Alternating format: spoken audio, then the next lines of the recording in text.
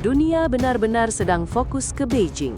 Presiden China Xi Jinping dan Presiden Amerika Serikat Donald Trump akhirnya bertemu dalam sebuah summit yang disebut-sebut sebagai salah satu pertemuan paling menentukan tahun 2026. Bukan sekedar pertemuan diplomatik biasa, karena di tengah perang dagang, perebutan teknologi AI, konflik geopolitik, dan ketidakpastian ekonomi global, dua negara dengan ekonomi terbesar dunia kini mencoba mencari arah baru hubungan mereka. Dan yang bikin publik global makin heboh, Trump datang ke Beijing bukan cuma membawa diplomat dan pejabat negara. Ia membawa sekitar 30 CEO perusahaan papan atas dunia.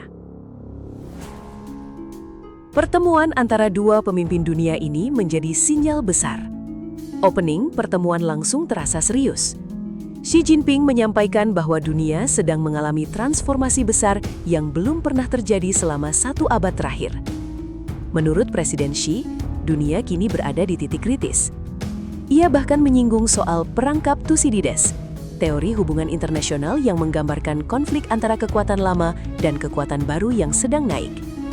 Dalam konteks ini, banyak analis melihat Amerika Serikat sebagai kekuatan lama dan China sebagai kekuatan baru yang terus tumbuh.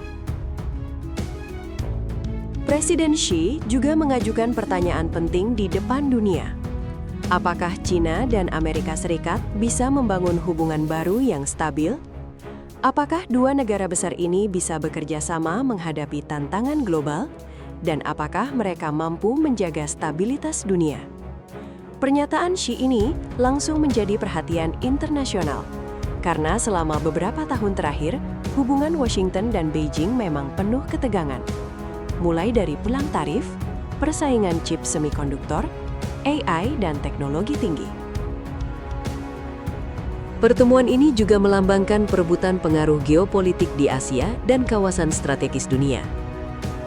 Namun dalam pidatonya, Xi Jinping justru menekankan nada yang lebih damai. Ia mengatakan, China dan AS akan sama-sama diuntungkan jika bekerja sama. Sebaliknya, kedua negara akan sama-sama rugi jika terus berkonfrontasi. Xi bahkan mengajak Trump untuk bersama-sama menakodai kapal raksasa hubungan China-AS menuju era baru. Kalimat itu langsung menjadi simbol diplomasi paling kuat dalam summit ini. Menariknya lagi, Xi juga memberi ucapan selamat atas peringatan 250 tahun kemerdekaan Amerika Serikat. Sebuah gestur diplomatik yang dianggap menunjukkan upaya mencairkan hubungan kedua negara. Lalu, bagaimana respons Trump? Trump tampil dengan gaya khasnya. Ia memuji sambutan besar dari China dan menyebut hubungannya dengan Xi Jinping sangat baik. Presiden Trump bahkan mengatakan bahwa setiap kali ada masalah besar antara kedua negara, mereka bisa menyelesaikannya dengan cepat lewat komunikasi langsung via telepon. Pernyataan ini memperlihatkan bahwa hubungan personal antara dua pemimpin masih menjadi faktor penting dalam diplomasi global. Tapi bagian paling menarik justru datang dari delegasi yang dibawa Trump. Ia secara terbuka mengatakan dirinya hanya membawa orang-orang terbaik. Bukan level 2 atau 3 perusahaan, melainkan para pemimpin puncak dunia bisnis. Dan inilah yang membuat summit Beijing kali ini terasa sangat berbeda. Karena pertemuan ini bukan hanya soal politik, tapi juga soal uang, investasi, perdagangan, teknologi, dan masa depan ekonomi dunia. Kehadiran para CEO raksasa dunia menunjukkan bahwa AS dan China tampaknya sedang mencoba membuka jalur kerjasama ekonomi baru di tengah tekanan global. Pasar dunia sendiri memang sedang penuh ketidakpastian. Ekonomi global melambat, suku bunga tinggi masih membebani banyak negara. Konflik geopolitik terus meningkat. Dan rantai pasok global belum sepenuhnya stabil sejak pandemi, serta perang dagang beberapa tahun terakhir. Karena itu, dunia berharap summit Beijing ini bisa menjadi titik pendinginan ketegangan. Jika hubungan AS-China membaik, dampaknya bisa sangat besar. Mulai dari perdagangan dunia, harga energi, investasi teknologi, hingga stabilitas pasar keuangan global. Bahkan, banyak negara berkembang ikut menunggu hasil hubungan dua raksasa ini. Karena ketika Washington dan Beijing memanas, efeknya bisa terasa ke seluruh dunia. Mulai dari nilai tukar mata uang, harga barang impor, pasar saham, hingga investasi asing. Namun tentu saja tantangannya masih besar. Persaingan teknologi tetap ketat, persoalan Taiwan masih sensitif. Belum lagi rivalitas pengaruh ekonomi dan militer yang belum benar-benar selesai. Artinya, summit ini mungkin bukan akhir persaingan, tetapi setidaknya menjadi sinyal bahwa komunikasi tingkat tinggi antara dua negara terbesar dunia masih terbuka, dan itu penting bagi stabilitas global. Di akhir pernyataannya, Trump terdengar sangat optimistis. Ia mengatakan, hubungan China dan Amerika Serikat akan menjadi lebih baik dari sebelumnya. Kalimat yang langsung memicu spekulasi besar di pasar global. Apakah ini awal babak baru hubungan AS-China? Atau hanya jeda sementara sebelum rivalitas besar berikutnya? Dunia kini menunggu jawabannya. Say a few words first, and then I'd like to invite you, Mr. President, to deliver your opening remarks. President Trump,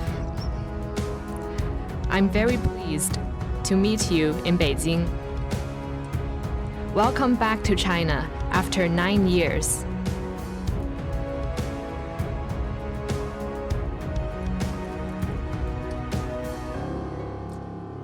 The whole world is watching our meeting. Currently, transformation not seen in a century is accelerating across the globe, and the international situation is fluid and turbulent. The world has come to a new crossroads.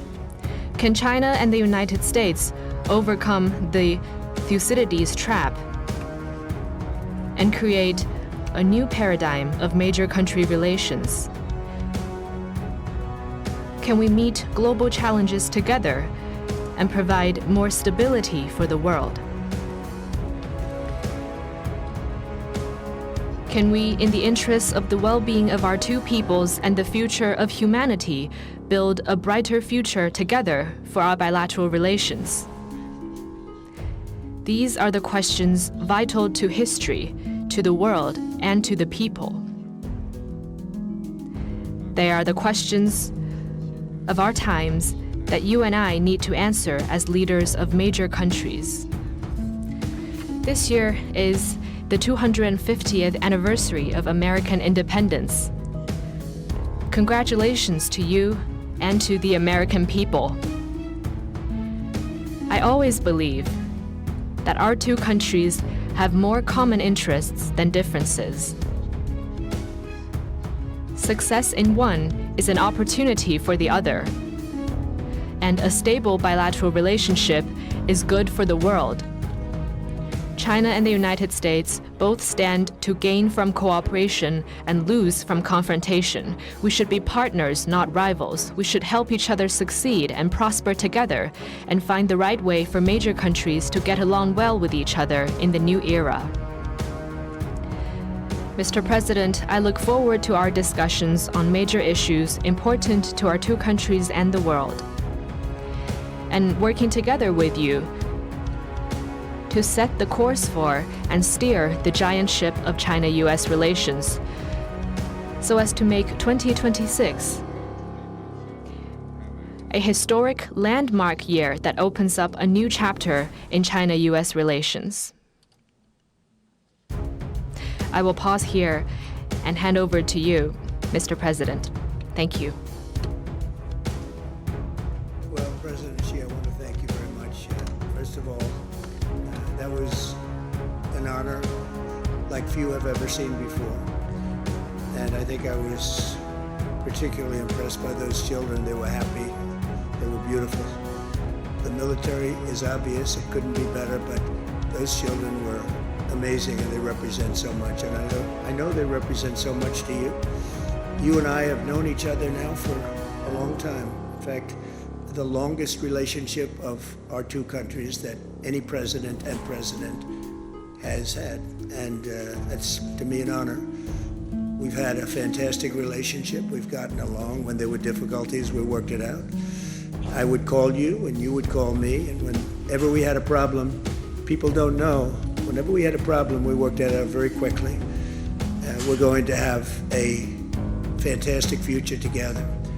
Such respect for China, the job you've done. You're a great leader. I say it to everybody, you're a great leader. Sometimes people don't like me saying it, but I say it anyway because it's true. I only say the truth. And I just want to say, on behalf of all of the great delegation that we have the greatest businessmen, the biggest, and I guess the best in the world. We have amazing people, and they're all with me. Every single one of them. We asked the top 30 in the world, every single one of them said yes. And I didn't want the second or the third in the company. I wanted only the top. And they're here today to pay respects to you and to China. And they look forward to trade and doing business, and it's going to be totally reciprocal on our behalf.